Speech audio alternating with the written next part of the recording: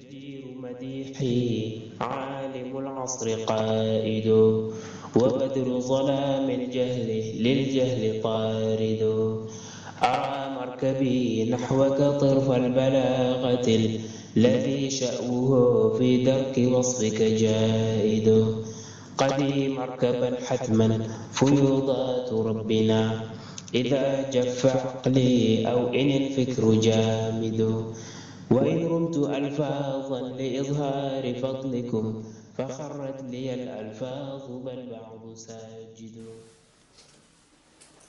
Il continue toujours sur cela. Il dit wa fi Ghayn. Et dans le livre dont la lettre Ghayn, voilà. Voilà, donc Al-Bughyat al-Mustafid, donc c'est la lettre Ghayn qui est son insigne. Qala, il dit, bon, donc, Sidi Al-Arabi ibn Sa'ih radiyallahu ta'ala anhu rapporte de Al-Qala, il a dit Al-Ustaz Al-Qushayri, c'est-à-dire, voilà.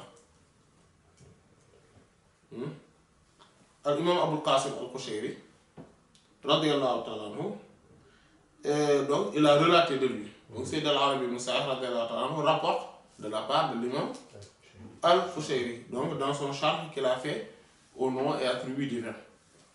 Il dit, donc Al-Ustaz, donc le grand professeur Abul Qasim Al-Qushayri, rahimahullah, qu'Allah lui fasse miséricorde, voilà, Ta'ala exalté soit-il, qu'Allah exalté soit-il lui fasse miséricorde, il a dit, Inna jami'a asma'ihi, Inna certes, Jami'a asma'ihi, l'ensemble ou la totalité de ces noms, Ta'ala exalté soit-il, Salihatun, sont appropriés, li ta'alluqi, pour l'attachement, wa takhalluqi, et la prise comme attitude et caractère, c'est-à-dire l'incarnation, illa, sauf lafzul jalala, le terme de la majesté, c'est-à-dire le nom Allah. Il n'y a que Allah, c'est-à-dire que tous les noms divins, tous, sont appropriés pour être incarnés et s'attacher à eux, sauf un seul nom, c'est-à-dire Allah. Sauf Allah. Et il dit fa innahu, en effet, Allah, la yuslihu, il n'est approprié illa le ta'alluq, qu'à l'attachement. Et donc, à travers ce nom, il n'y a pas de tahaqquq, donc il n'y a pas d'incarnation, donc il n'y a pas de takhalluq, c'est-à-dire l'attachement à des attributs, ou non plutôt, subhanallah, prendre une attitude ou des caractères à adopter. Non, on est juste dans quoi? Dans l'attachement. Voilà. Voilà. On est juste dans l'attachement.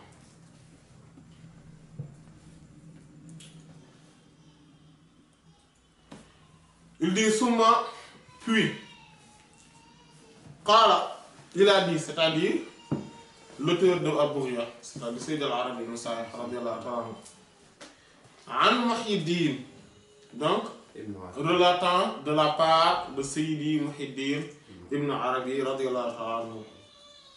Il lui dit fahfaz, garde toi, ya akhi, ô mon frère, garde nafsaka, ton âme, ou toi-même, garde toi-même. Inda takhalluqi, auprès, c'est-à-dire lors de la prise comme attitude, ou de l'adoption des caractères et attributs, c'est-à-dire l'incarnation, bil asma et des noms al-husna, les plus beaux, donc les plus beaux noms al-asma al-husna, il faut que tu te gardes, tu fasses attention. quand tu t'incarnes, quand tu commences à incarner ces noms et attributs divins. Il dit, fa inna al-ulama, fa inna en réalité, al-ulama, les savants, lam yaxtalifu n'ont aucunement divergé, fit taxalluqi sur le fait de les prendre comme attitude. Fil biha, ça veut dire que de ces noms-là. Donc, le fait donc d'incarner ces noms-là, de les prendre comme attitude et de les adopter comme caractère, les savants sont unanimes là-dessus. Donc, il dit, fa iza takhallaqta. Donc, si tu prends comme attitude ou caractère biha de ces noms-là, fala taghib, ne t'absente pas an shuhudi du témoignage et de la contemplation du kawnika, du fait que toi tu es de ton existence, de ton bi hukm niyaba, c'est-à-dire comme étant dans comme jouant le rôle de substitut ou d'intérimaire. Donc il dit une chose extrêmement importante. Quand toi tu prends comme attitude un nom divin ou attribut divin, comme par exemple, tu dis que Allah est pardonneur et Allah veut qu'on se conforme à ces noms et qu'on lui prenne modèle par rapport à ces noms-là. Comme Allah a dit, hein, Allah tuhibbuna an yaghfirallahu lakum, comme il avait dit. Voilà. Ceux qui disent que voilà, il ne veut pas pardonner, etc. Tout ça. Mais ne voulez-vous pas vous aussi qu'Allah vous pardonne? C'est ça. Celui qui lui, tous les jours, lui il dit que oui, moi je ne vais pas pardonner. Parce que celui-là, ce qu'il m'a fait, vraiment, ce n'est pas joli du tout. Et ce n'est pas gentil. Donc je ne vais pas du tout pardonner. La réponse, en fait, il y a ce qu'on appelle l'is'anu hal. C'est-à-dire que c'est la réponse qui lui viendra de la part d'Allah.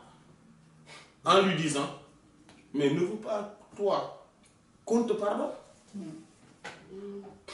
Allah subhanahu wa ta'ala, Allah subhanahu wa ta'ala, est le créateur de l'univers, son maître.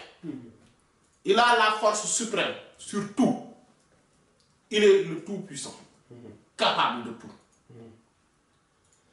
Tous les jours, nuit et jour, on le désobéit. Nuit et jour, on est injuste envers lui. Et il pardonne. Pourquoi toi, en tant qu'esclave, tu te prends pour qui? Pour dire qu'on ne doit pas être injuste et jamais te désobéir. Pourquoi toi, en tant qu'esclave, tu dis que moi je suis... Pourquoi tu te considères aussi grand que tu te penses au-dessus du fait de subir une quelconque injustice? Voilà. C'est ça. C'est ce que le Lisan al-Hal te dit. Oui, pourquoi tu te penses... Alors là, tu dois te dire que oui, bon, c'est vrai que ce qu'il m'a fait, c'est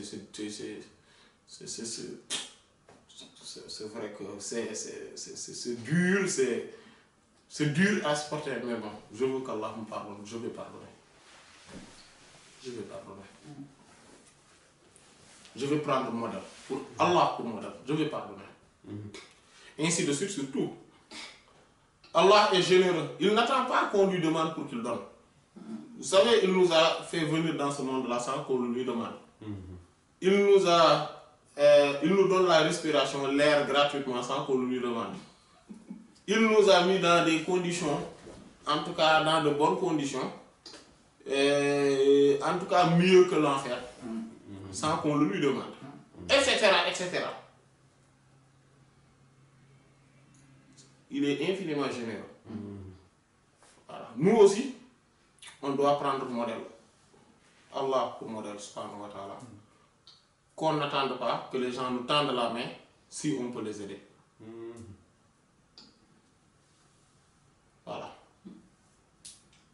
etc. On doit prendre Allah pour modèle. Surtout, bien sûr, incarner également la modestie et l'humilité. Et jamais l'orgueil. La grandeur, à part la grandeur d'âme. Mais pas la grandeur, l'orgueil, la sublimité. Non, l'avilissement, l'humilité, la modestie. Voilà. Et non jamais l'auto-émerveillement. Le fait de se prendre comme étant grand, etc. Voilà. Allah subhanahu wa ta'ala est infiniment grand, au-dessus de tout. Et pourtant, il dit que je suis dans la même assistance et dans la même assemblée avec ceux qui invoquent ou qui évoquent mon nom. Je m'assois. Je suis dans la même assistance avec ceux qui évoquent mon nom. Pourquoi, en tant qu'esclave, impuissant, incompétent, on se prend tellement grand ou tellement haut qu'on ne va pas être avec des gens tout simplement parce qu'on les méprise matériellement? Pourquoi? Il faut qu'on prenne Allah subhanahu wa ta'ala comme modèle, comme exemple. Ça, tout le monde est d'accord là-dessus, c'est ce qu'il dit. Tout le monde est d'accord là-dessus. Il n'y a pas... Voilà. Et maintenant, il y a une subtilité sur d'autres noms qui sont des noms de quoi? De majesté. Ces noms de majesté, comme par exemple Al-Muntaqim, le vengeur, celui qui punit. Al-Muzil, celui qui avilit. Al-Khafid, celui qui rabaisse. Al-Muqit, celui, donc ça a deux sens, donc c'est celui qui nourrit, mais il y a un autre sens, celui qui se fâche contre voilà, les mécréants, en tout cas contre ceux qui le méritent, etc. Donc ces noms-là, nous aussi, comme c'est dit, donc le grand professeur Oustaz Al-Qushayri radiyallahu ta'ala l'a dit, il n'y a que Allah qu'on n'incarne pas, qu'on ne prenne pas comme attitude ou caractère. Sinon, tout le reste, on peut le prendre comme caractère ou attitude. Mais ces noms-là qui ressortent de la majesté divine, quand on les prend comme caractère, on ne le prend pas comme caractère comme on prend comme caractère les autres. Mais on les prend comme caractère en se disant pour appliquer la loi divine. C'est-à-dire, on ne peut pas être là, se dire que Allah avilit ou rabaisse, etc. Nous aussi, on va essayer d'incarner ça pour avilir les gens, pour rabaisser les gens. Non.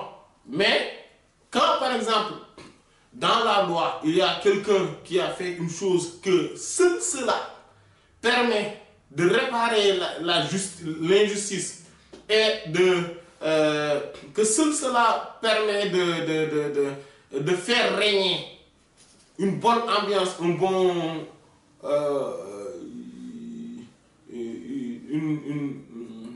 une justice, une béatitude, le bonheur dans la société, on va l'appliquer en étant par intérim. On va l'appliquer par intérim.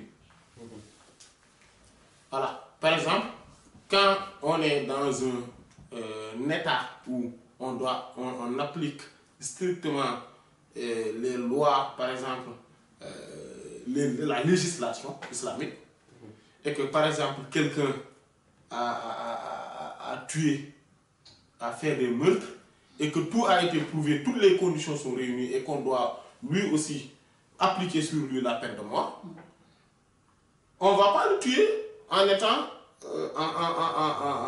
en ayant cela comme attitude, comme caractère, comme attribut dans son cœur. Mais on va appliquer la peine parce que c'est un substitut, par intérim à Allah subhanahu wa ta'ala, et on va le faire par miséricorde parce que c'est kafara pour lui également. Comme le prophète l'a dit, sallallahu alayhi wa sallam. C'est une absolution pour lui. Et c'est ce qui est mieux pour lui et c'est ce qui est mieux aussi pour la société. Parce que s'il y a l'impunité totale aussi, la totale impunité aussi, l'impunité plutôt, l'impunité totale fait régner une discorde, voilà, l'insécurité,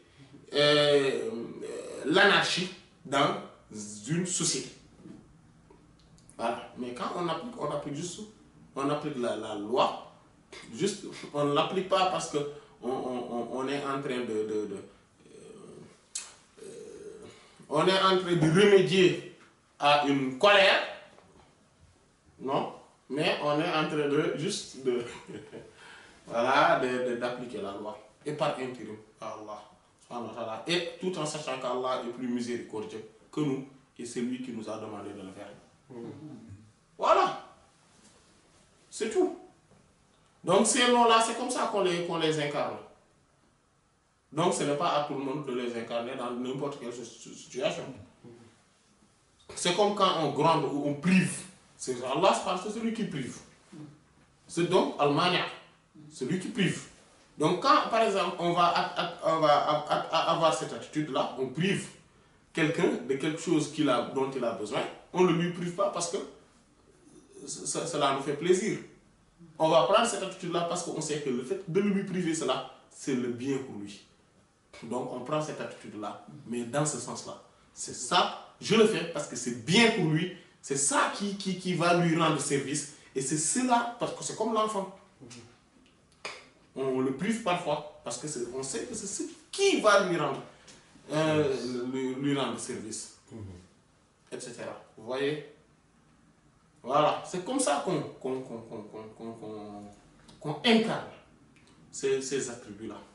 Mais on ne les incarne pas en voulant remédier la colère ou en prenant plaisir à faire du mal à des gens ou à les rabaisser ou à les avilir, etc. Voilà, vous voyez. Donc, il dit donc, on va terminer par là, il dit que celui qui prend même les attributs, même les noms relatifs au bon caractère recommandé chariatiquement parlant, même ces caractères-là, par exemple la miséricorde, le pardon, la compassion, la douceur, etc. Même ces noms-là, la générosité, voilà. Même ces attributs-là, en les incarnant, il ne faut jamais perdre de vue le témoignage et la contemplation d'Allah subhanahu wa ta'ala. Il faut toujours voir que ces attributs-là ne sont pas les miens. Moi, je suis là juste, je les incarne juste par intérim, c'est-à-dire que Allah subhanahu wa ta'ala les a manifestés en moi. Donc c'est Allah subhanahu wa ta'ala qui a ces attributs-là et moi, je suis là par intérim pour montrer à l'univers tout entier, à la création, que Allah, il est comme ça. Et moi, je suis là que pour être l'endroit de manifestation de ces bons caractères d'Allah subhanahu wa ta'ala. C'est ce qu'il dit. Il ne faut jamais perdre de vue cela. Jamais.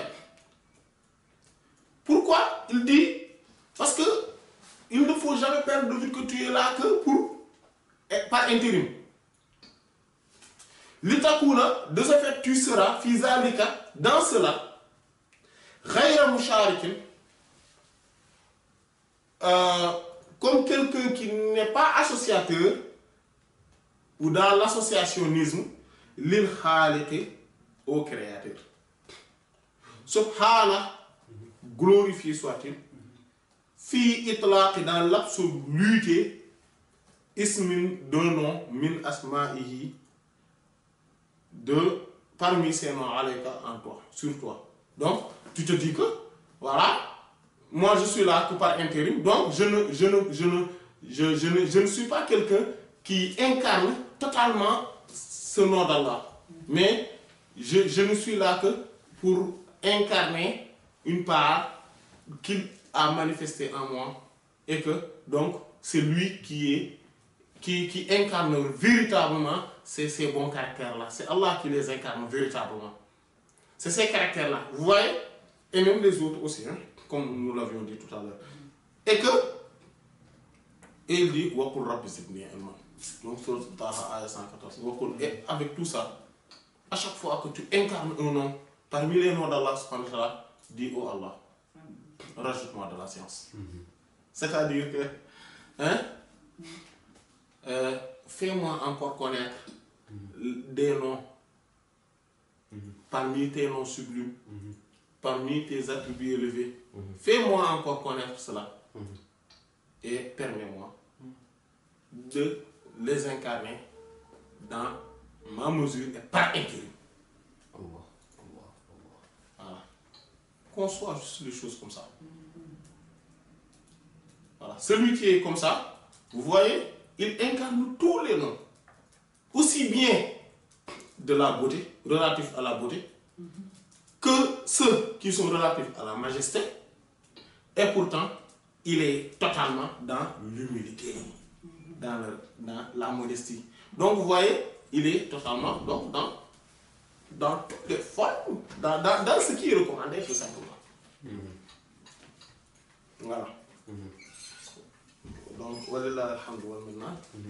Et qu'Allah subhanahu wa ta'ala fasse qu'on s'attache, qu'on réalise l'attachement et l'incarnation de ces beaux noms et attributs élevés par la haute considération de celui qui les a totalement incarnés, sallallahu alayhi wa sallam, et de celui qui les a totalement incarnés, radiyallahu ta'ala wa nabi, wallahu ta'ala wa sallallahu alayhi wa Muhammad.